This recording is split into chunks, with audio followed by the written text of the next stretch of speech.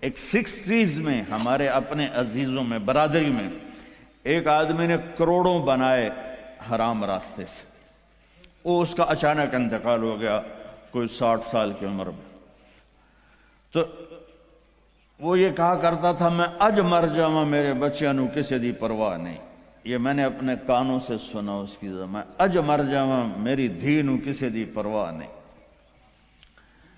وہ مر گیا تو ایک دن اس کا بیٹا کہہ رہا تھا کاش ہمارا باپ حرام جمع نہ کرتا تو کوئی خوشی کا دن ہم بھی دیکھ لیتے۔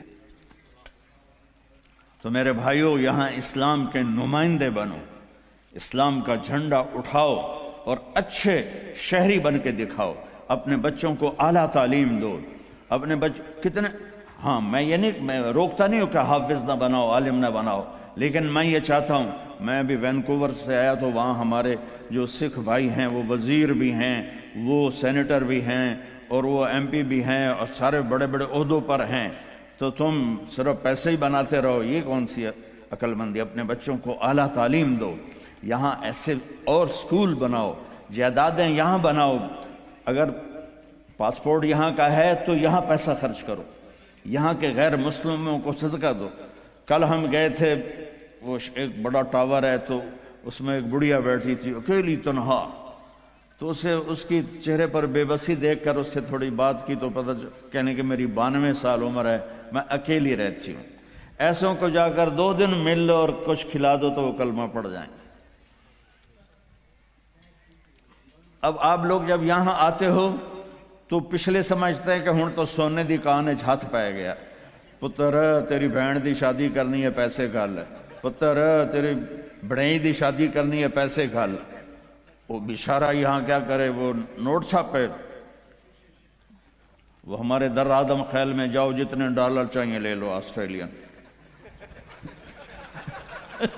جتنے لینے جو لے لو، امریکی ڈالر، آسٹریلی ڈالر، کینیڈین ڈالر، پاؤنڈ بھی لے لو، ریال بھی لے لو، یا تو پچھلوں کو پتہ ہی نہیں ہے کہ یہاں کمائی کتنی مشکل ہے۔ تو میں نہیں کہتا ہوں کہ اپنی بہنوں کی شادیوں کے لیے نہ کرو، اپنے رشتہ داروں کے لیے نہ کرو، لیکن پہلے اپنے بیوی بچوں کو دیکھو، پہلے یہاں اپنے پہلے جن کے والدین یہاں ہیں ان سے کہتا ہوں ماں باپ کو ٹائم دو، ماں باپ کو عزت دو، اور ماں باپ سے کہتا ہوں اگر جوائنٹ فیملی سسٹم ہے تو آنے والی بہو کو تنگ نہ کرو، اپنے بچے کی زندگی کو برباد نہ کرو۔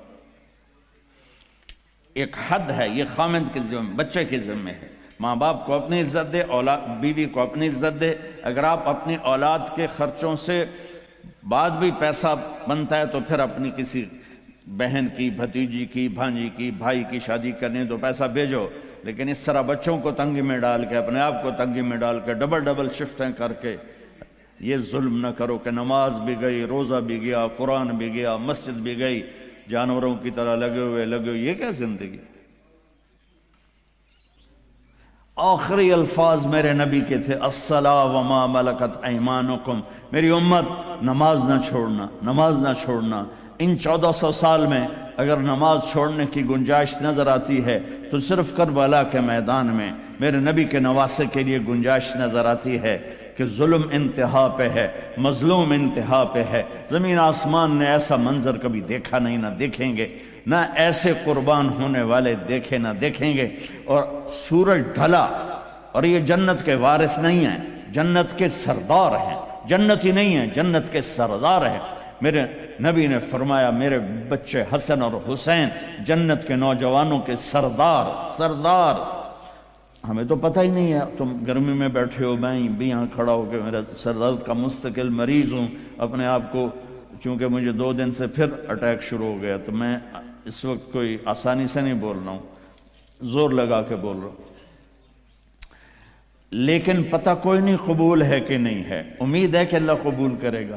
اور یہاں ماں کا دودھ بھی نہیں چھوٹا اور اعلان ہو رہا ہے حسن اور حسین جنت کے نوجوانوں کے سردار ہیں۔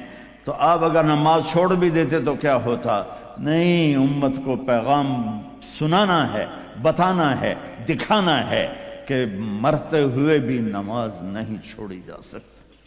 آپ نے اپنے لشکر کے ایک نوجوان کو بلایا، زہیر بن القین، وہ آ گیا ہے، کہ یہ شمر سے کہو 5 منٹ تو میں اپنی طرفوں کہہ رہے ہیں، تھوڑی دیر رک جائے مجھے نماز پڑھنے دے، پھر جو چاہے مرضی کر لو۔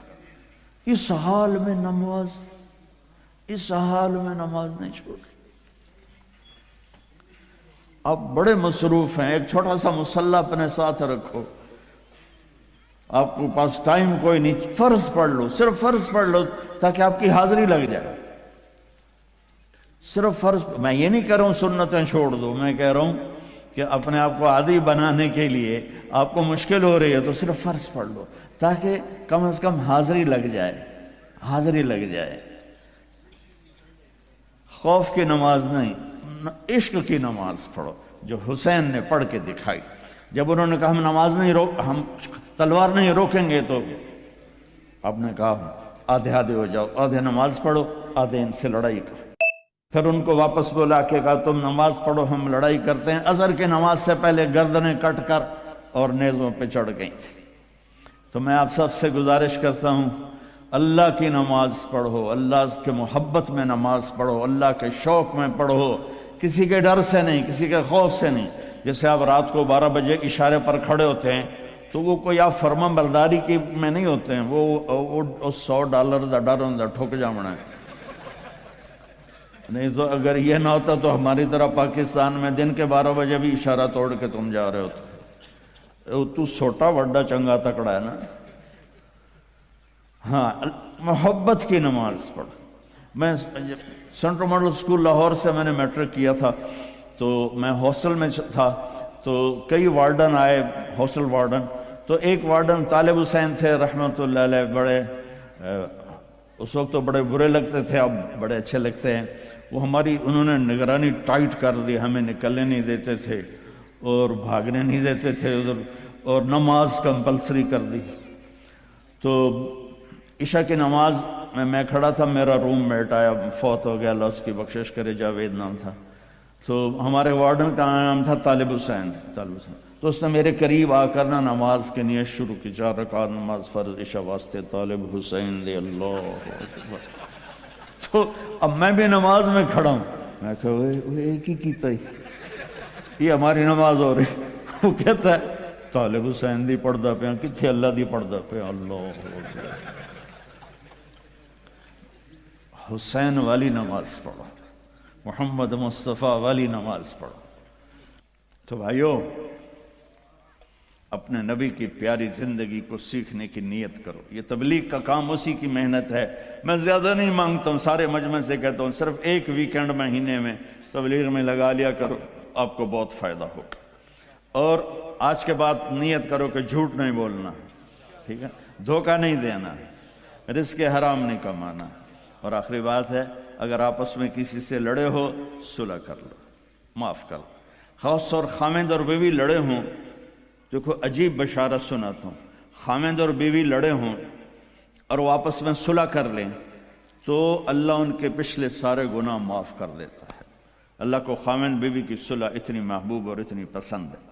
باقی جس سے بھی کوئی لڑائی جھگڑا ہے، آپ ایسی اپنی ایسوسیشن بناؤ کہ جس میں یہ جھگڑے آئیں، عدالتوں میں مت جاؤ، اپنے بناؤ، اس میں ایسے اہل علم لوگوں کو ڈالو کہ وہ آپ کے جھگڑے پنچایت کے طور پر مٹائیں۔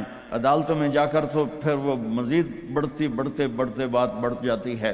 آپ ایک معاشرہ بنو، یہیں شادیاں کرو، یہیں بچے بچیوں کی شادیاں، یہاں کی بچی یہاں کا بچہ ہو تو کمپرومائز ہو جائے گا۔